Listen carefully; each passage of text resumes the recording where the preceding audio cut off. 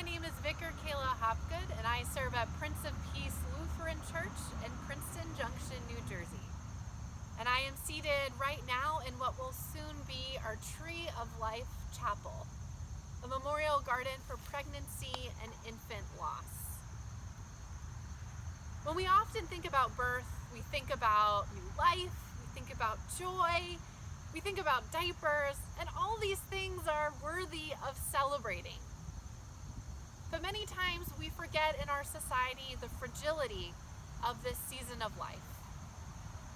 That 1 in 4 families in the United States lose a child in pregnancy, in delivery, or in infancy.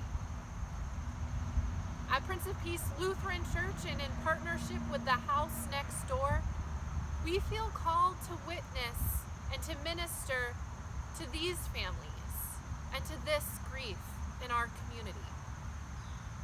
The Tree of Life Chapel is designed with 3 important principles in mind. The first is that we want this to be an inclusive and welcoming space. That means that even though the cross is an important part of our Christian faith, we've deliberately designed this space so that that is not there, and so that anyone from any religion or culture would feel comfortable walking into this space. Secondly, we're designing this space to be private. As you can see right now, we are outdoors in an open space, but the finished space will have some paneling surrounding the garden, so that any family that comes in to use this space will have the privacy that they might desire for while they sit and remember their child. And lastly, we've designed this space to be communal. When you walk into the garden, there will be benches similar to the one I'm seated in now. And in front of the benches, there will be a fountain. And at the base of the fountain, there will be stones. And we are making these stones available so that any family can come and write the name of their child on the stone. And when they place that stone back around the base of the fountain, they can see the names of other children and know that they are not alone in the grief that they carry. We're also creating a resource box so that there can be resources and pamphlets shared about other ways to be involved in our greater community.